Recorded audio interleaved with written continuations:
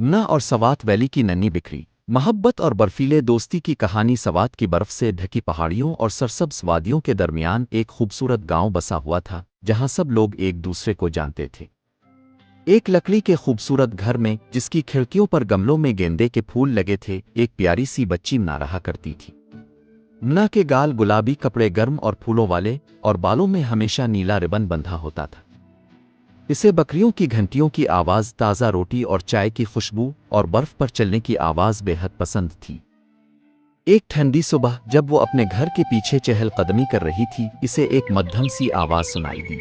मैं ना आवाज़ के पीछे चलती गई, यहाँ तक कि वो देवदार के दरख्तों के किनारे पहुँच गई। वहाँ बर्फ के बीचों बीच एक नन्ही सी सफ़ेद बिक्री खड़ी थी, जिसके कान भूरे थे।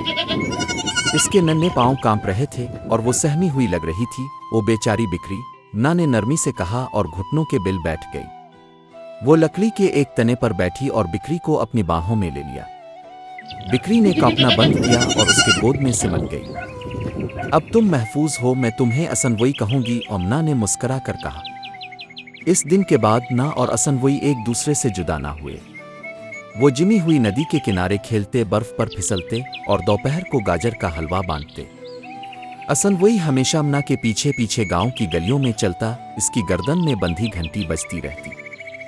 एक शाम जब सूरज पहाड़ों के पीछे गुरूब हो रहा था, आसमान में सुनहरा धुंध सा फैल गया।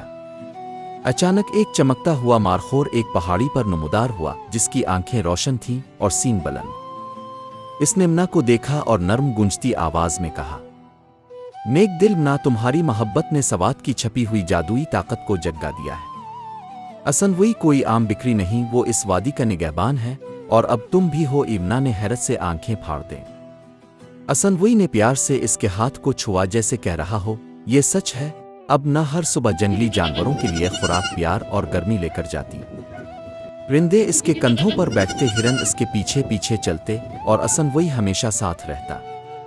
और अगरचे ये सब जादू सिर्फ ना और कुदरत जानती थी, मगर गांव के लोग अक्सर कहते, जहां ना बर्फ पर चलती है, वहां सवात की पहाड़ियां मुस्करा उठती हैं। इस रात ना ने कलम उठाया।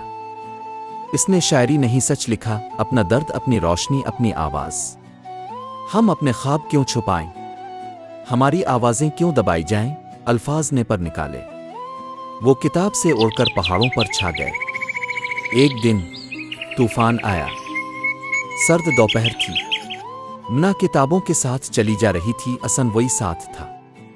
अचानक दरख्तों के पीछे से एक साया निकला। एक पत्थर उसकी तरफ आया, और फिर खामोशी। बर्फ सुर्ख हो गई। असनवई चलाया जोर से, बेबसी से। दुनिया थम गई।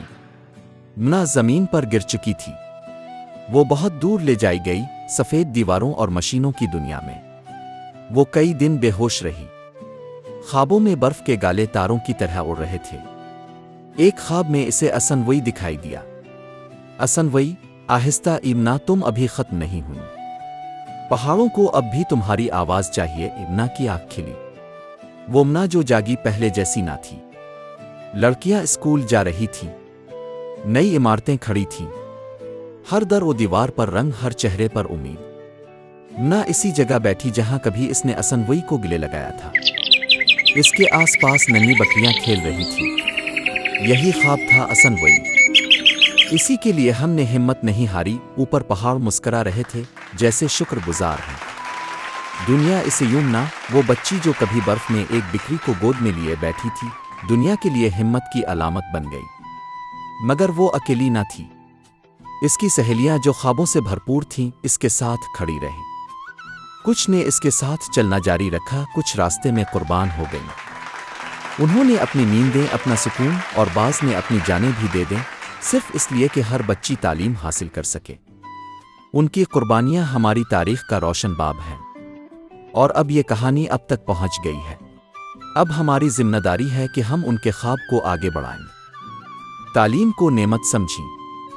पढ़े लिखें, सोचें, सवाल करें, क्योंकि तालीम ताकत है, और इसी ताकत से हम खुद भी अलफौठेंगे और कौम भी। आइए हम वदा करें, Subscribe my YouTube channel. कि हम किताबों Press the bell icon, select all for more videos.